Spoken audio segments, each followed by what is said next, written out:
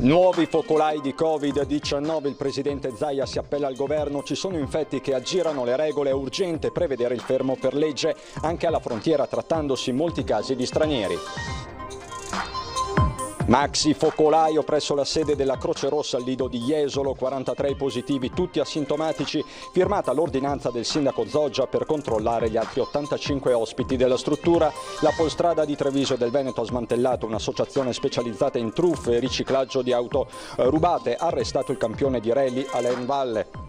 Nuovo grave episodio di cronaca in via Gasparinetti a Santa Maria del Rovere, dopo l'anziana aggredita dal cliente di un bar, rapina a mano armata in un negozio di alimentari. Los Roques è morta ieri Paola Guernieri, la mamma di Bruna scomparsa insieme al marito e alle figlie nelle acque del Venezuela. Il marito Bruno spero possa ora riabbracciarle. Continua non senza difficoltà la riorganizzazione degli istituti scolastici in vista della riapertura delle scuole, nessuno spazio per lo scientifico all'Istituto per Geometri. L'annuncio in contemporanea dalla Santa Sede, dalla diocesi, Monsignor Adriano Cevolotto, attuale vicario a Treviso, nominato vescovo a Piacenza.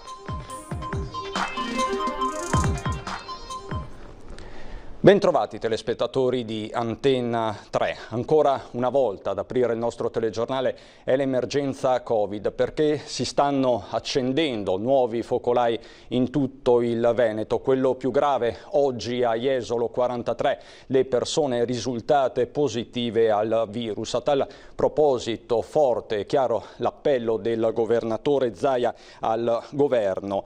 Ci sono infetti che aggirano le regole, dice Zaia. È urgente prevedere il fermo per legge, ma sentiamolo.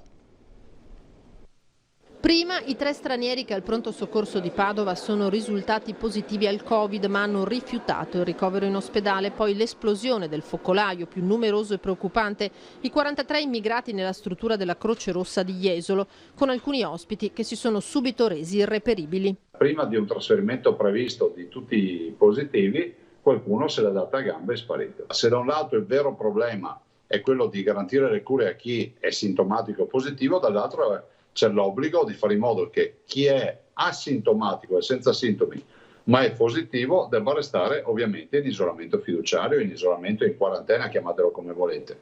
Quando l'ho detto io qualche settimana fa sembrava fosse un'eresia, adesso vedo che tutti i cittadini invocano regole severe e penso che non sia una questione di colore di pelle, di credo religioso, di scelte sentimentali o di altre robe, ma sia una questione di civiltà. La salute pubblica vale più di ogni altra cosa. Il piano sanitario predisposto per arginare il Covid va messo in atto a ogni costo, prosegue il presidente, e quindi per Zaia anche per il cittadino in isolamento per essere stato a contatto con un soggetto positivo dovrebbe scattare la denuncia penale in caso non rispetti la quarantena, come già accade per i soggetti positivi.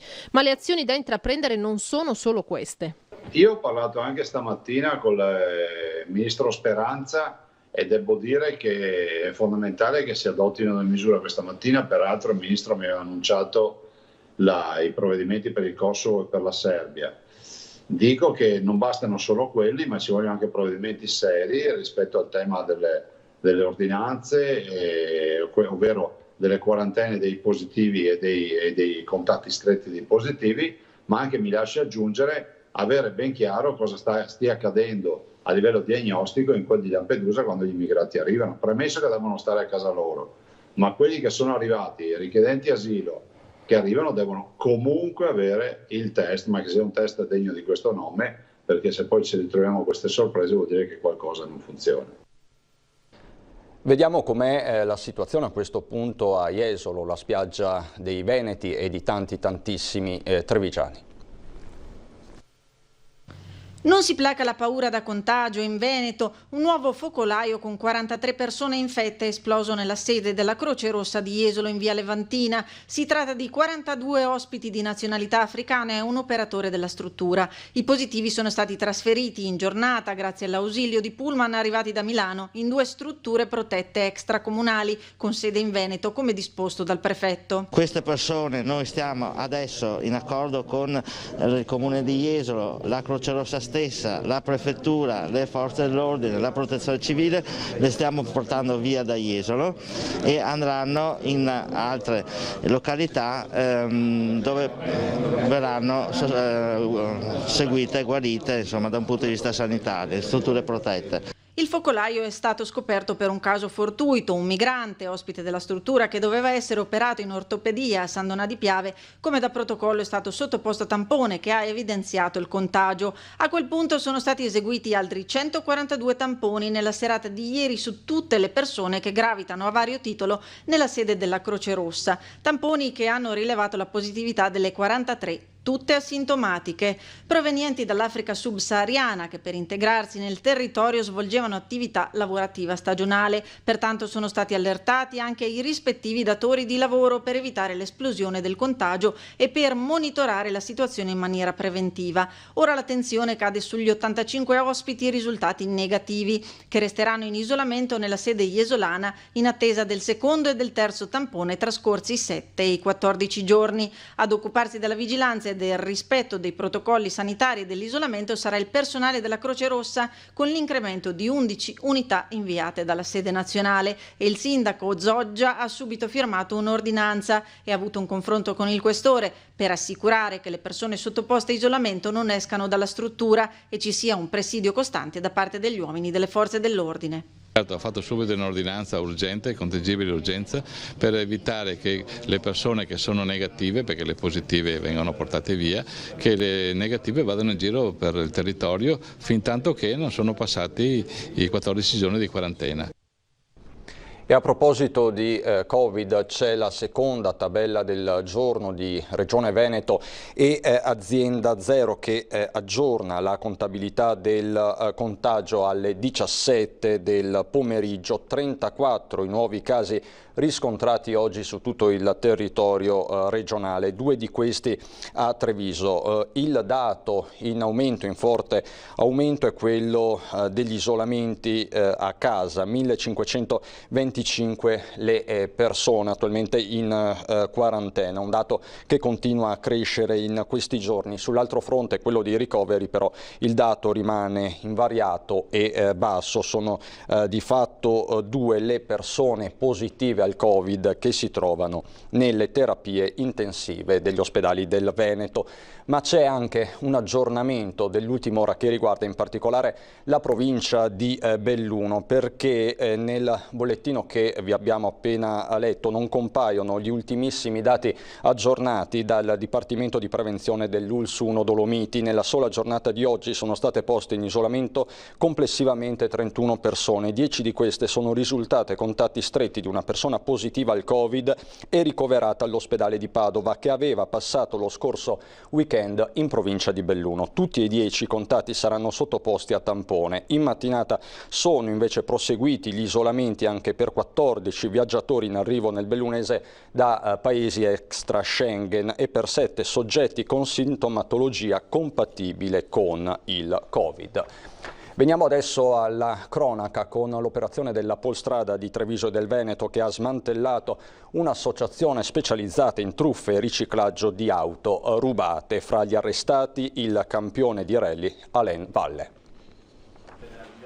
12 persone denunciate, di cui 2 trevigiani di Conegliano e Spresiano, finiti agli arresti domiciliari. È il bilancio di un'indagine della Polstrada di Treviso e del Veneto. Le accuse sono di associazione a delinquere finalizzata al riciclaggio di auto di illecita provenienza, truffa aggravata e autoriciclaggio. Il meccanismo era collaudato. Le auto venivano rubate in Sicilia o Campania, trasferite con targhe prova per eludere i controlli a Treviso, quindi ripulite. Una volta giunto a Treviso il veicolo veniva sottoposto ad una prima pulitura e quindi con una alterazione del telaio, abile contraffazione, modificando le ultime cifre della sequenza alfanumerica, fornito di documenti italiani precedentemente rubati in bianco e poi sottoposto ad una nuova operazione di pulizia con la reimmatricolazione del veicolo in Repubblica Ceca. A quel punto, con targhe e documenti regolari, l'auto era pronta per essere messa in vendita su internet. In questo meccanismo un ruolo importante era svolto, secondo gli investigatori, da 2 società di compravendite e da un'agenzia di pratiche automobilistiche. L'indagine è partita 18 mesi fa dalla denuncia di una donna di Ferrara che, insospettita dai tempi di attesa per i documenti, ha verificato tramite un'app che si può facilmente scaricare sul telefono il numero di telaio, scoprendo anomalie. Un'operazione che si è svolta con tecniche tradizionali e anche con metodologie innovative. Decine di telefoni e 75.000 conversazioni controllate, sequestrate 7 auto, comprese 3 Ferrari di altissimo valore. Si andava dalle utilitarie alle auto di lusso e molte sono le compravendite sotto la lente della Postrada di Treviso del Veneto. I consigli: evitare prezzi troppo bassi, non avere fretta, non pagare con mezzi non tracciabili. Il controllo del telaio di qualsiasi mezzo noi acquistiamo diventa un controllo facile che può essere fatto senza essere professionisti, verificando la corrispondenza dei codici magari con i finestrini. Se tutti i finestrini sono stati cambiati, se mancano delle corrispondenze, ecco, quello diventa un campanello d'allarme da non trascurare. Rapina a Santa Maria del Rovere a Treviso in via Gasparinetti nella serata di ieri, proprio nella zona dove è stata aggredita il 18 maggio scorso una donna di 73 anni. Storia che vi abbiamo raccontato ieri sera e che ha portato alla chiusura in via cautelativa del bar da Orazio da parte della questura, che aveva appurato la presenza tra gli avventori di pregiudicati. Ebbene, ieri sera alle 21:45 2 malviventi con il volto travisato sono entrati nel negozio di alimentari vicino al bar, il Sadia Mini Market, minacciando con la pistola il titolare Mosamed Laili Akhter. Il bollettino è stato di 5.000 euro. Sotto shock l'uomo ha chiamato le forze dell'ordine sul posto, le volanti della polizia. Per via Gasparinetti si pone quindi un problema serio di sicurezza, peraltro già segnalato da tanti residenti. Parliamo adesso invece della tragedia che tutti ricorderete di Los Roques, perché è morta improvvisamente Paola Guarnieri, la mamma di Bruna, scomparsa insieme al marito e alle 2 figliolette in Venezuela. Spero che ora possa rivedere mia figlia e le mie bellissime nipoti. Il dolore del marito Romolo, che ha combattuto per anni per recuperare i corpi rimasti in fondo al mare.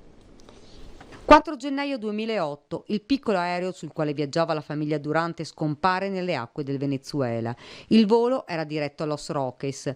Di Bruna, del marito Paolo e delle 2 figliolette Emma e Sofia non si sa più nulla, fino a quando nel 2013 il velivolo viene individuato ad una profondità di 973 metri. Quel giorno, per la famiglia di Bruna, residente annuale Paolo di Ponzano, si accende la speranza di poter recuperare i corpi e poter piangere su una tomba. Anni di battaglie, anni di speranze, ma anche di dolore e di lacrime.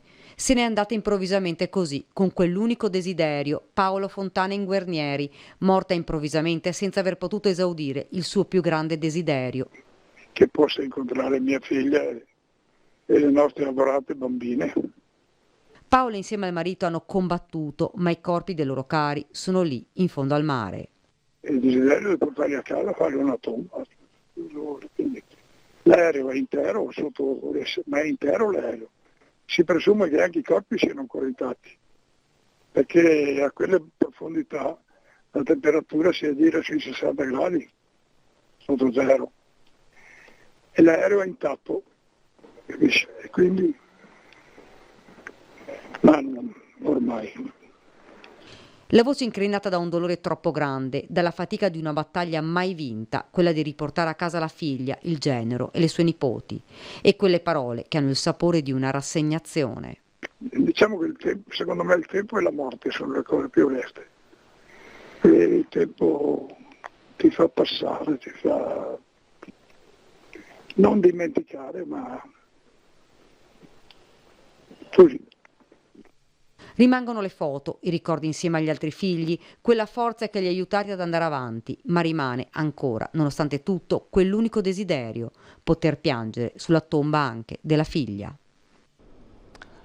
Questa quindi la tragedia di Los Roques e le sue ripercussioni emotive. Vi mostro adesso delle immagini che ci sta mandando il collega Renato Capoia relative al maltempo di queste ore che si è abbattuto sulla Marca. Possiamo vederle, quindi piogge intense in varie zone. Qui siamo a Conegliano, sentite anche il rumore della pioggia battente, ma per il momento non si segnalano particolari criticità. Andiamo adesso a Treviso città per la questione della ex polveriera. È un'area che a me come comune interessa molto, giusto per giocare a carte scoperte. Se non me la consegnano bonificata da un punto di vista ambientale e bonificata da un punto di vista bellico, lo Stato se lo tiene. Polveriera di Viale Europa, continua la storia infinita. Dopo la polizia e la messa in sicurezza dell'area risalente all'800 da parte dello Stato, in molti si sono chiesti se questi lavori fossero il segnale di sblocco della trattativa tra Roma e Casugana. Di certo c'è che il demanio punta a scaricare immobili ritenuti inutili alle amministrazioni locali, che invece possono valorizzarli. E in questa situazione ci sarebbe anche lo storico edificio delle Regie Poste di via Carlo Alberto, per il quale il sindaco avrebbe già un'idea di riutilizzo. Di sicuro quello è un immobile che ci interessa molto per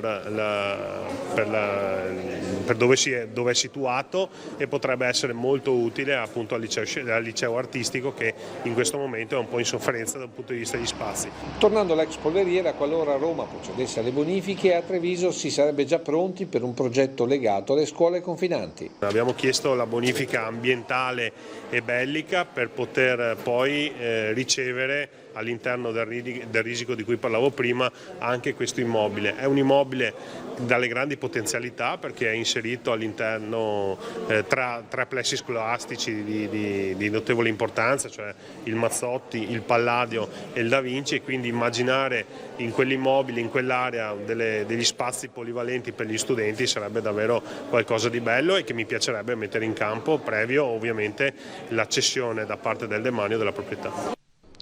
Rimaniamo a Treviso per il risico che si sta giocando tra istituti scolastici in vista della riapertura a settembre. Quello che abbiamo fatto noi lo faranno nell'altra scuola. Istituto per Geometri Palladio di Treviso. Oggi, nel corso della presentazione delle nuove norme anticontagio, di fatto la preside ha annunciato lo sfratto degli studenti del vicino liceo scientifico Da Vinci. La motivazione ufficiale sta nelle nuove norme e nella relativa responsabilità del dirigente scolastico. C'è una responsabilità anche di tipo sanitario e di gestione. Ora io posso dare ordini e posso intervenire sul piano disciplinare per assicurarmi che siano rispettate le regole su studenti e personale della mia scuola, della scuola che dirigo. Per quanto riguarda il Da Vinci, abbiamo parlato con la scuola Da Vinci e mi è stato detto che responsabile sicurezza sono io qui al Palladio, anche per le persone che ci entrano. E quindi, dato che rispondo io e rispondo il solito poi, quindi non vedo perché a maggior ragione insomma non dovrà esserci la possibilità. Un bel problema per lo scientifico, che con il Palladio condivide non solo aule ma anche palestre che ora servono totalmente ai geometri, scuola che ha dovuto dire di no a molte iscrizioni. A quante iscrizioni, se ha una stima, avete dovuto rinunciare? A qualche decina, e qualche decina vorrebbe dire anche un paio di classi. Ennesima battaglia di una guerra per le aule che sta dilagando un po' in tutti gli istituti della Marca, e l'esempio del Palladio sulla responsabilità penale potrebbe essere sollevato da tutti i presidi che hanno prestato stanze e che ora farebbe comodo riaverle indietro. Ora la richiesta della dirigente è sul tavolo di provincia e comune, proprietari degli immobili, così come quella del preside del Da Vinci, già da ora in difficoltà tra numero studenti e aule disponibili.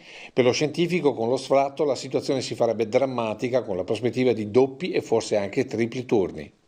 Io spero che questa posizione permetta agli studenti del Da Vinci e al collega del Da Vinci di ottenere le aule di cui giustamente ha bisogno. E a soffrire non ci sono soltanto le scuole ma anche gli alberghi. Facciamo il punto in questo servizio.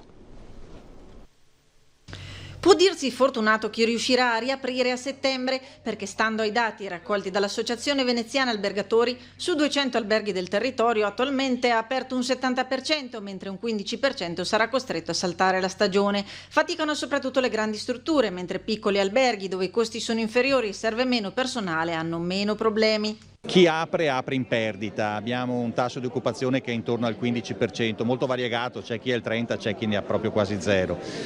Una situazione quindi di perdita per tutti. Salirà il tasso di occupazione secondo le nostre previsioni intorno al 40% a settembre, ottobre, novembre. Ma riaprire sempre e comunque è l'obiettivo per ricominciare ad intercettare il meccanismo dei tour turistici, complici le compagnie aeree che hanno riaperto le tratte su Venezia.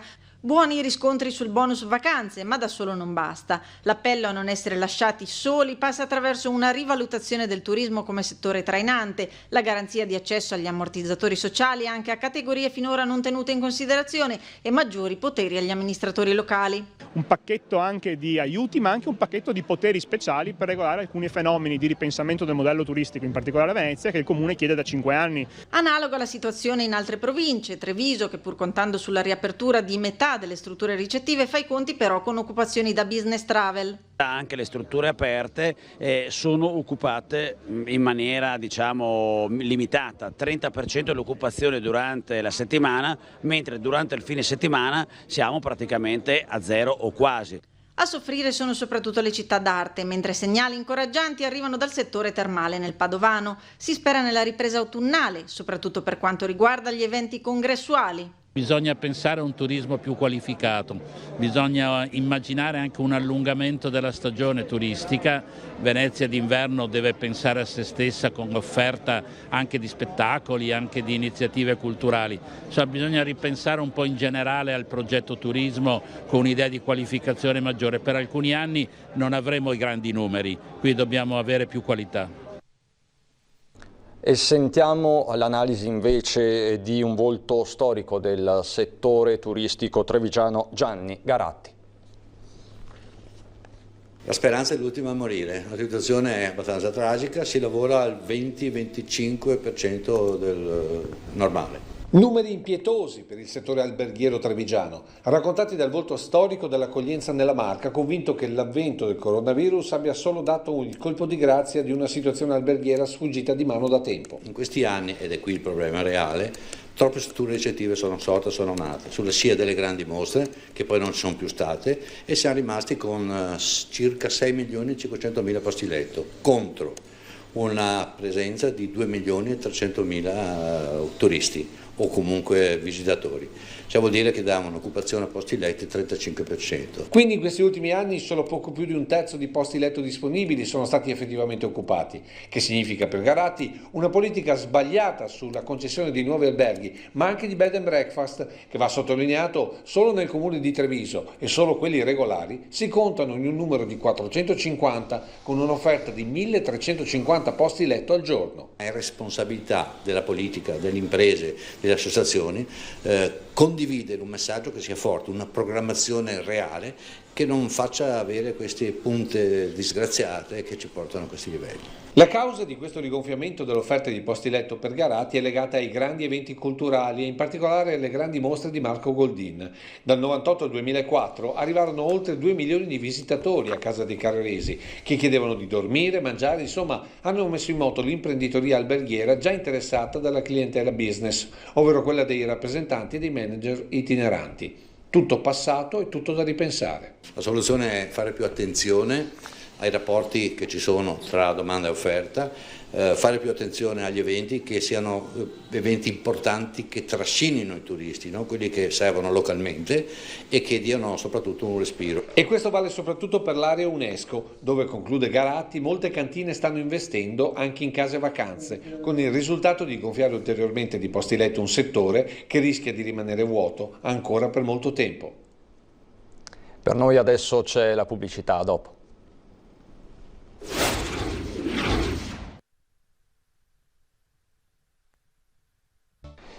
Di nuovo in studio per parlare di cantieri in centro città a Treviso, cantieri che vanno a rilento ed è tensione all'interno della stessa maggioranza, ma l'assessore ai lavori pubblici Sandro Zampese non ci sta.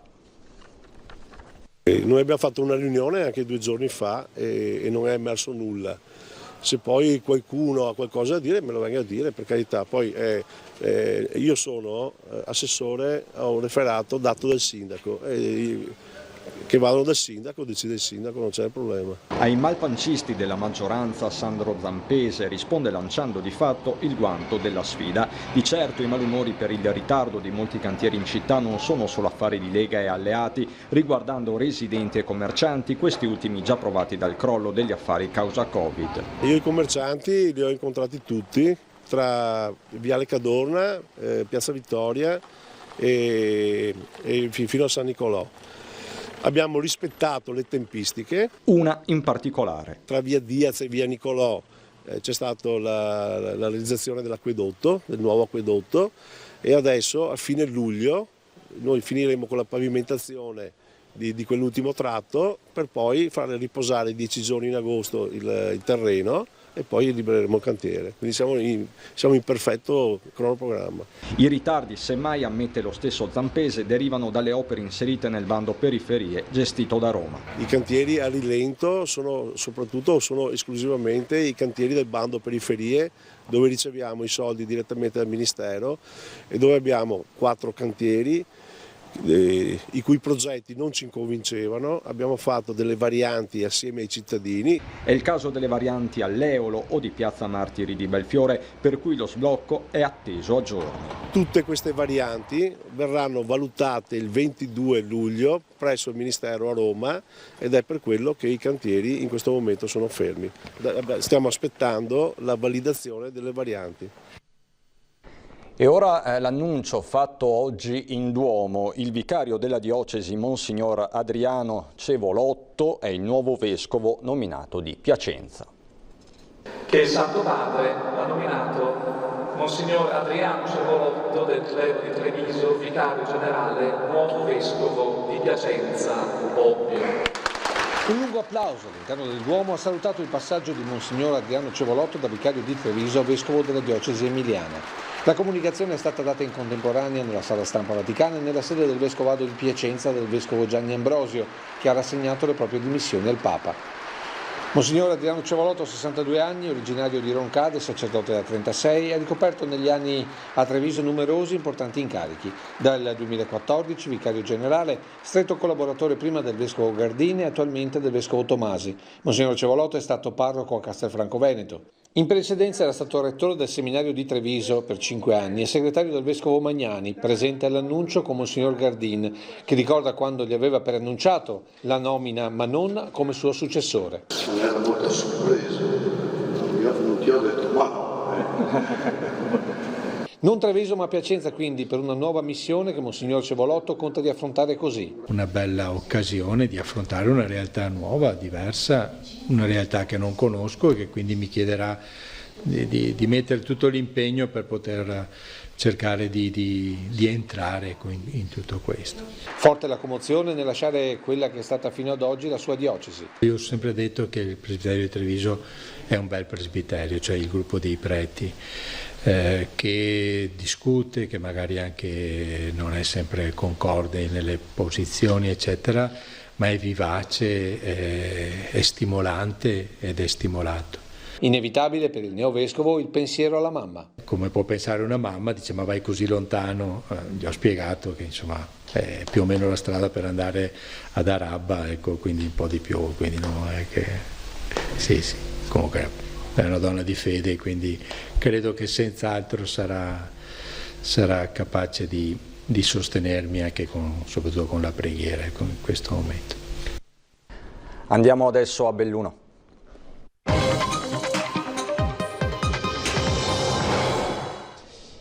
A Belluno per la questione Covid vi rileggo quanto abbiamo comunicato in apertura di telegiornale perché è importante. Nella sola giornata di oggi sono state poste in isolamento complessivamente 31 persone, 10 di queste sono risultate contatti stretti di una persona positiva al Covid ricoverata all'ospedale di Padova che aveva passato lo scorso weekend in provincia di Belluno. Tutti i 10 contatti saranno sottoposti a tampone. In mattinata sono proseguiti gli isolamenti anche per 14 viaggiatori in arrivo nel bellunese da paesi extra Schengen e per 7 soggetti con sintomatologia compatibile con Covid. Questo quindi l'aggiornamento dell'ultima ora.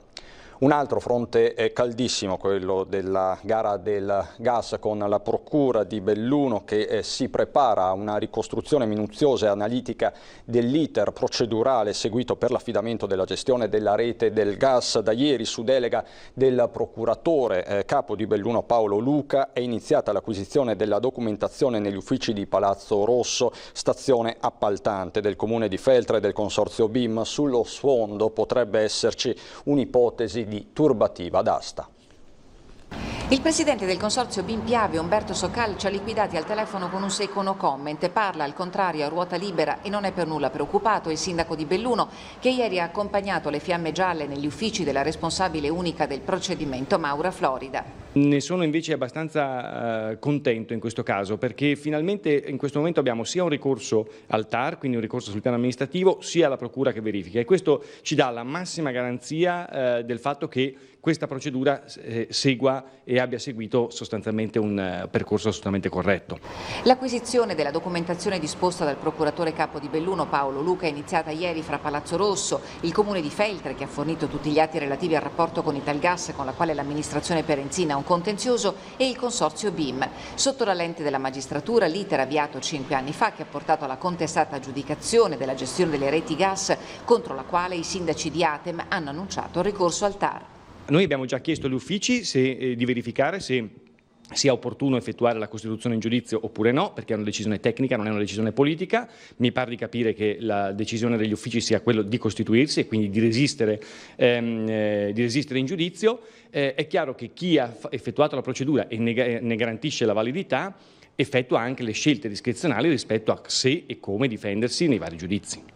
La prima udienza al TAR oggi, l'esito sulla eventuale sospensiva non è ancora noto, ma l'attenzione come è evidente ora è tutta sull'iniziativa della Procura che potrebbe essersi mossa per capire se sullo sfondo della vicenda c'è o meno un'ipotesi di turbativa d'asta. Gli accertamenti saranno minuziosi e analitici e volti ad accertare il rispetto delle norme di legge. Sul fronte politico è il gruppo consigliare Belluno e di tutti con Paolo Gamba e Roberto Olivotto a dare fuoco alle polveri. In un comunicato i due consiglieri fanno velatamente notare come inopportuno l'accesso delle fiamme gialle, visto che in giunta siede un assessore che veste quella stessa divisa, e rinnovano a Massaro la richiesta di dimissioni. E nel tardo pomeriggio, questo l'aggiornamento, è arrivato il responso dell'udienza del TAR chiamata a decidere sul ricorso di Italgas volto ad annullare la decisione dell'Assemblea dell'Atem del 19 dicembre dello scorso anno, nella quale i sindaci avevano deciso di revocare al Comune di Belluno il ruolo di stazione appaltante. I giudici hanno rinviato la discussione nel merito al prossimo 21 ottobre. Coro di proteste contro i lavori in corso nei territori attorno a Cortina d'Ampezzo in preparazione ai campionati del mondo del 2021 di sci alpino e delle Olimpiadi del 2026. Sono le associazioni ambientaliste tutte a gridare allo scandalo e con loro oggi anche il CAI del Veneto per quelle immagini che possono solo che lasciare ammutoliti tutti gli amanti della montagna e in special modo delle Dolomiti, scrive il presidente Roberto Frigo. C'è preoccupazione per il fortissimo impatto ambientale dei lavori nelle località Colfiere, Gilardone, Col Druchet. Si ribadisce ancora una volta la contrarietà del CAI Veneto ai collegamenti Passo Falzarego Arabba e Cortina Alleghe. Intanto domenica c'è attesa per la marcia che gli ambientalisti hanno organizzato a Cortina, a cui hanno aderito associazioni e movimenti di tutto l'arco alpino. Elicottero del SUEM e personale dell'Isoccorso saranno trasferiti all'aeroporto di Belluno durante i lavori di ristrutturazione della base all'ospedale di Pieve di Cadore. L'ha disposto la direzione generale dell'ULS-1 che ha concluso con una ditta trevigiana l'accordo per il noleggio di prefabbricati da collocare al 14° nucleo elicotteri carabinieri di Stanza al Dell'Oro. Sfuma l'ipotesi di collocare a Vallesella di Domeggio di Cadore elicottero equipaggio di Falco durante i lavori di restyling della base del SUEM a Pieve di Cadore. Lo si apprende dalla deliberazione del direttore generale dell'ULSS Dolomiti, che lo scorso 10 luglio ha affidato alla ditta Serena di Treviso il noleggio di prefabbricati modulari abitativi per l'equipaggio dell'elicottero, per la pianificazione dell'attività, la preparazione dei voli e l'attesa. Per tutta la durata dei lavori di rifacimento della piazzola di atterraggio dell'elicottero del SUEM all'ospedale di Pieve di Cadore, elicottero ed equipaggi troveranno sede qui al 14° nucleo carabinieri del Veneto, all'aeroporto di Belluno. Per il noleggio dei moduli, la cui durata è stata fissata in 12 mesi rinnovabile per ulteriori 6, l'ULSS spenderà oltre 33.000 euro. L'installazione dei prefabbricati è prevista per la fine di luglio, solo successivamente la base EMS potrà traslocare a Belluno e si potrà dar corso ai lavori aggiudicati dalla IT di Modena per 2,5 milioni di euro. E dunque, sfumata l'ipotesi di lasciare Falco in Cadore in orario diurno, se ne deduce che è posticipata anche la fine dei lavori alla base di Pieve, che era prevista entro il prossimo Natale. Una notizia che certamente rinfocolerà la protesta dei comitati in Cadore e in Agordino, già sul piede di guerra.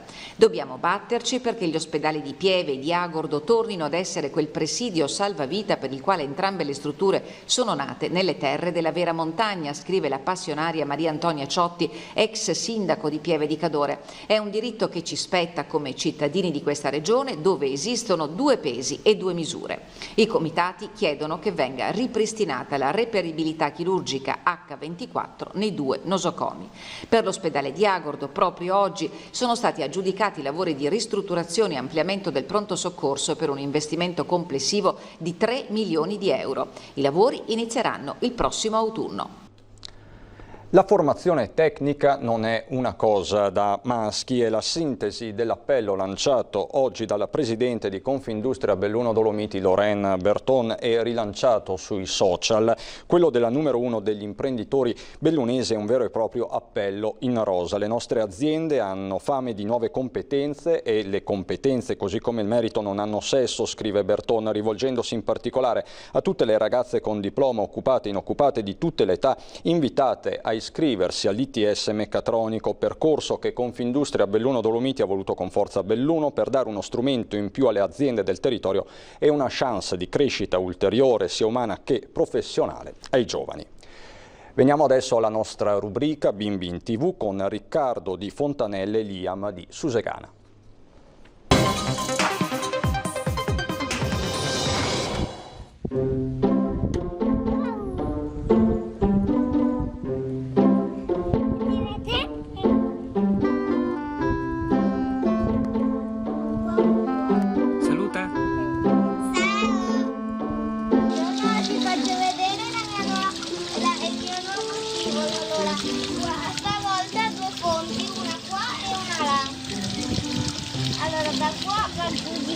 Prende questo di qua, incrocia qua e va di qua e di là. E poi invece aprendo il rubinetto, a parte che qua c'è anche questo, però non funziona tanto bene, e qua c'è un rubinetto aperto che funziona anche la cascatina, fa andare di qua l'acqua, va in questo tubo e irriga il campo. Per oggi è tutto, ciao! E potete continuare a mandarci i vostri filmati al numero che vedete in video 351 1755 340, non delle semplici foto ma dei brevi video, possibilmente in orizzontale. Dopo il meteo e la pubblicità ritorniamo in diretta per parlare della situazione a Jesolo con Gianluca Forcolin, vicepresidente della Regione del Veneto. In studio anche Romina Ceccato, la mamma di Riccardo Laugeni, uno dei 4 giovani che ha perso la vita esattamente un anno fa nel tragico incidente stradale di Jesolo che in questi giorni è stato più volte ricordato. Vi lascio con le previsioni del tempo, grazie per l'attenzione e buon proseguimento di serata.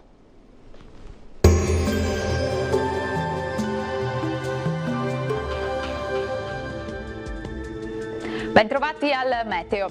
Un ciclone si avvicina all'Italia, ecco che sul nostro territorio aumenterà l'instabilità. Il dettaglio di venerdì 17 luglio.